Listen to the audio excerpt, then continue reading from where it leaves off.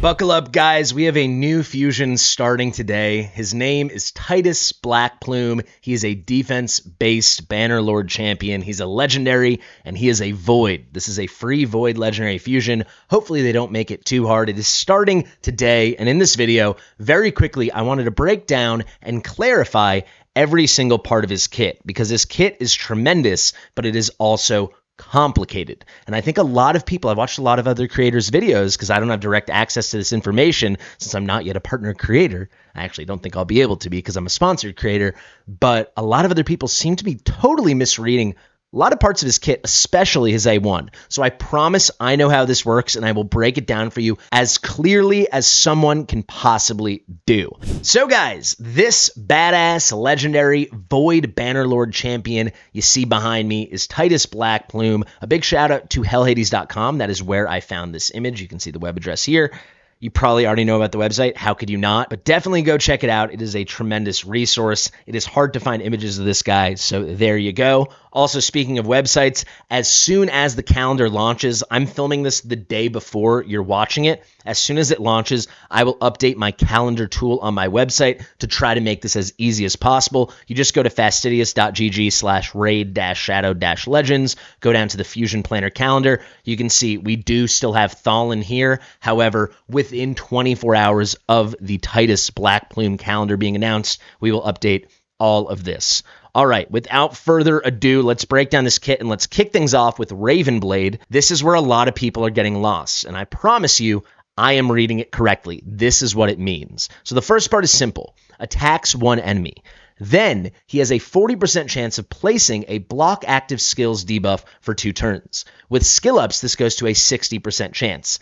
This effect cannot be resisted if this champion is under a shield buff. Now it is the second part, which to be fair is very confusing, where people are getting lost, and it simply is because the way Polarium has written this, it lends itself to misinterpretation. It says, whenever an ally counterattacks, teams up with allies to attack, or instantly activates a skill, also has a 40% chance of placing block active skills debuff for 2 turns on the target enemy. You heard the way I paused behind all those commas? That is how this is meant to be understood. Whenever an ally does one of the following, any of the following, counterattacks, teams up with allies to attack, or instantly has a skill activated, then Titus will also go in and just place the debuff. He does not go in and attack. A lot of people, just because of how this was clumped together, are reading this as, whenever an ally counterattacks, Titus teams up with allies to attack.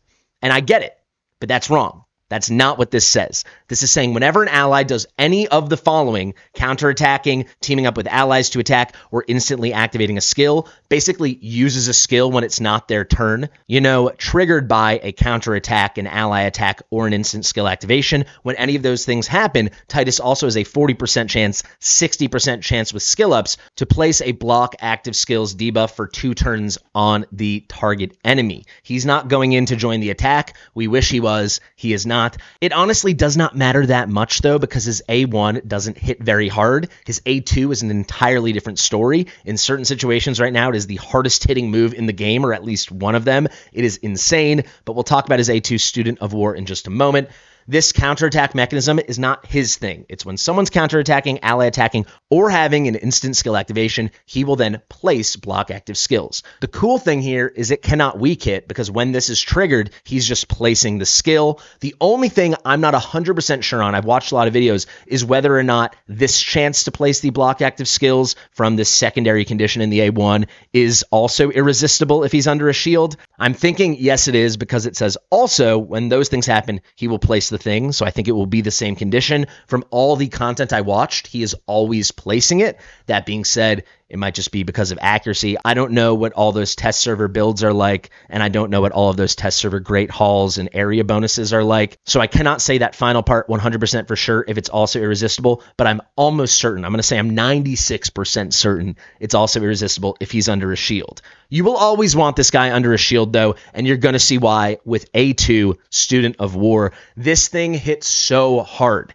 and with the right conditions, it hits to, like, broken, people are talking about nerf levels hard. I will tell you though, definitely go watch videos. Boozer has an excellent video on this. Scratch has an excellent video on this. When you get those shields maxed out, and you can max out 2 shields, people are forgetting. The max value for a shield buff in this game as you grow it with a character like Wixwell or Brogni is 1 million, but you can have 2 different, actually 3 different sources of shields. There's actually 2 main ones. That is a shield buff and then the shield set buff or the bolster set buff. Those are different shields. And then the third unique kind of sneaky way to get a shield buff out is going to be through the Magma Shield you get through the Valcardiac Heart Mythical Relic. Obviously very, very hard to get, but if you can get your hands on this, that is another 1 million HP worth of shield you can get. So all in all, you can have a shield worth 3 million, and that's just going to boost him to the moon. But easily, any player can get him with 2 shields maxed out, assuming you have some kind of shield grower.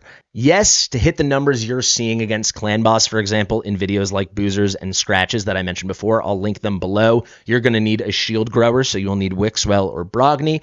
That being said, a normal big shield is still going to help him in a crazy way. He hits really, really hard. A lot of people are sleeping on how good the base multiplier of his A2 actually is. In Boozer's video, he compares him to Harima, and as much as I love Boozer, I do think he slightly underrates how good the base multiplier of the A2 on Titus Blackplume actually is. His move is Student of War. Boozer is comparing it to Purgative Punishment from Harima over here, and you can see Harima's move is a 1.6x defense multiplier on a triple hitter, so that is a 4.8x multiplier, and when she does this move in his video, she gets the kill on the first one, but all the hits are going to be reasonably the same. She is hitting for 130k. If she kept hitting, the hits would get stronger and stronger, and Boozer obviously nails that math. He's calling it like 430k, 450k, because remember, each hit is decreasing the defense of the target and increasing the defense of Harima, but call it 430k. When my boy Booz went in with Titus with the S2 Student of War, and he does this move with a fairly decent shield, but nothing special, it is hitting for 350k in the video, and this move was not fully skilled up. Titus did not have full masteries. He only had offense side masteries, and he had no blessing. The Harima he was using was completely maxed out, in better gear, had a 6-star blessing, had full masteries, all that kind of stuff, and she was hitting for, let's call it 450k. So if we do a little math here, he hit for 350, let's say she was going to hit for 450, that comes out to Titus doing 77% of the damage. If he was in a 6-star blessing, if this was fully skilled out, Titus on the S2, and he had the extra 20% damage, without a doubt he would be hitting harder than Harima. So worst case, his A2 is comparable to Harima. I think likely the multiplier is slightly better. We won't know for sure, and actually, maybe Boozer's spot on. Maybe it's exactly the same. The way I'm seeing it, though, and the numbers that are coming at me, and as I speculate what it would be with equal gear and equal blessing and all that stuff, I think, without a doubt, Titus's A2 hits harder. But what is the A2? That was very long-winded. Let's get into it. Student of War, it's a 5-turn cooldown. It books down to a 3-turn cooldown. You can get a little extra damage on it as well. You're going to want this completely maxed out. This is a 10 out of 10 skill. He attacks one enemy. This attack is always critical if this champion is under a shield. You get the theme. You always want him in a shield. The A1 does not hit very hard. The A2 does. The A3 does not hit at all. For that reason, you can easily and comfortably build him without crit, so long as you're putting him into a comp where you can ensure he's under a shield, ideally all the time, but if not all the time, nearly all the time, because you just need him shielded for this one move. The A1 is not hitting that hard. The A3 is not hitting at all. Make sure he's shielded for this. You can then focus heavily into other stats like defense, like crit damage, and like speed. You can also ignore accuracy because his stuff is irresistible. You'll see the debuffing effect here is irresistible if he is under a shield. So make sure this guy is shielded. He's going to attack one enemy. It's always critical if he's under a shield. And then he gains a damage boost equal to the value of the shield. If you get tons and tons of shields on him that have been grown to the max, this skill is going to hit for like 20 million plus towards the end of a clan boss fight when you have him in a good build. In a bad build, he is still hitting for millions. It's unbelievable. Even if you're not getting him in a crazy comp where you're growing the shields, you don't have a Wixwell or a Brogni, no, you will not come close to those astronomical numbers, but he still hits exceptionally hard. Not broken hard, not holy crap, what's going on hard, but very hard. And that makes him really usable in other content. Like he'll be great in Bannerlord Faction Wars. He's going to be really, really good in any kind of wave-based content. He'll be very good in the Doom Tower. This guy is a monster. The key thing, you've got to bring a shielder along with him. So the second and third things in the skill from the second part of the move, he's going to remove all the debuffs from all allies if the target is killed. In a lot of PvE content, even PvP stuff, he'll get a kill kill with this skill. It hits really hard, especially if you've got someone like Neve putting him in a big shield, someone like Brogni. For certain content early on, even like a normal shielder, Tagoar. If you want Tagoar, use my link in the description. Best link in the land. It is beautiful. But if he gets that kill, it's a full cleanse of all debuffs from all allies, himself included. If the target survives, however, he is going to place an AoE provoke for 1 turn instead. Really, really, really good in Hydra, right? He's not going to get any kills, so he's always going to be doing this AoE provoke. This has a lot of functionality, very good for control in general against waves. And again, this effect cannot be resisted if he's under a shield. So put the boy under a shield and forget about accuracy. Before we move on to the A3 and this very strong passive, I want to say one more thing about the A1 that I forgot to say. A very cool thing you can do if you have any kind of counterattack mechanisms, like a counterattack AoE buffer or some units that place a single target counterattack on someone, people that self-buff themselves with counterattack, or you're bringing ally attack heroes, or you have some kind of instant activation, if you've got a unit in your comp alongside Titus that has an A1 that is AoE, whenever they counterattack or team up with allies to attack or have that instant skill activation, Titus will go in and do the block active skills AoE. He will go and have his 60% chance to place it on every one of the targets that ally's AoE skill that was triggered by the ally attack, the counterattack, or the instant activation hits. So effectively, he's giving that ally with the AoE A1 a 60% chance AoE to place block active skills whenever they do any of those conditions. That is really, really strong. That is really powerful. Okay, let's move on to the A3. Androx Confidant. He places a 50% ally protect buff, a 50% increased attack buff, and a 30% increased speed buff on a single ally for 2 turns. He's also going to fill that ally's turn meter by 40%. So this is a very strong move, really, really good buffs, and a really nice turn meter fill. For certain content, you might not want it, though, because you might want him just spamming his A2 as much as possible. So maybe it could be a good idea to get him in a reflex set. It will depend on what kind of gear you have and what kind of build you're going for. But you can also leave it on and just make the A2 a priority. I'm thinking when you use him against a boss, like in a Chimera or in a Demon Lord. But it's really, really good buffing, and there's a special thing. This will instantly activate whenever an ally ends their turn, and they have no buffs, and their HP is lower than 100%. So whenever there's an ally who finishes a turn, and they've got no buffs on themselves, and their health is not completely maxed, Titus is going to have instantaneously this skill triggered. That is obviously very strong. With books, this goes down to a 3-turn cooldown. Now we've got the passive for Lord and Land.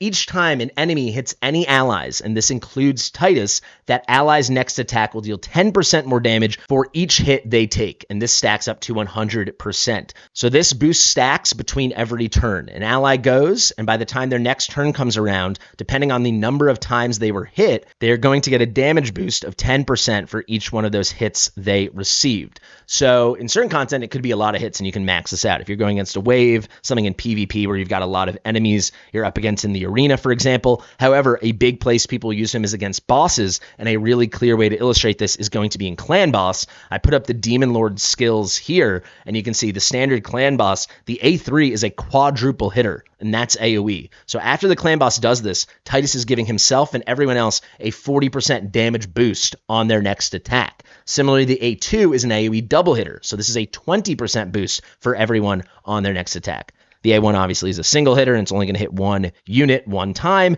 but 2 out of the 3 turns, all of your allies are going to have their next hit either have a 40% damage boost or a 20% damage boost. I know the rest of his kit is crazy, but I do still feel like people are sleeping on that passive. Finally, his aura. This is kind of the HP version of Odin's aura. Odin's is obviously more exciting. It's a 40% speed boost for all Void units in the battle. His is a 40% HP boost for all the Void allies in the battle.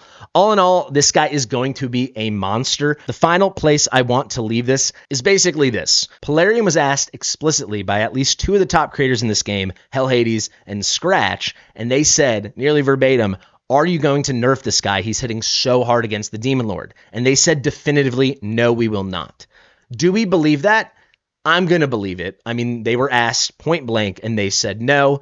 That being said, the numbers we are seeing out of this guy, again, I would refer to the Boozer video and the Scratch video in the description. The numbers we are seeing are Looney Tunes, like crazy. And those guys are using very good builds. Even if Boozer's was kind of incomplete with the Masters and stuff, he was going for something a little more raw. In a mediocre build, he will comfortably hit 3 million a hit, like in a bad build. That is nuts. I hope they don't change it. I think it's pretty exciting and really fun for the community to have such a good fusion, such a powerful thing. That being said, even though they said they're not going to do it, let's wait and see, and let's believe it when we see it. Thank you guys so much for watching. I've been Fastidious. If you like my stuff, please do subscribe to the channel. Remember, if you want to start playing Raid, start over, start a new account, whatever, use my link. It is the best link in the land. Share with your mother, and I'll see you real soon. Bye.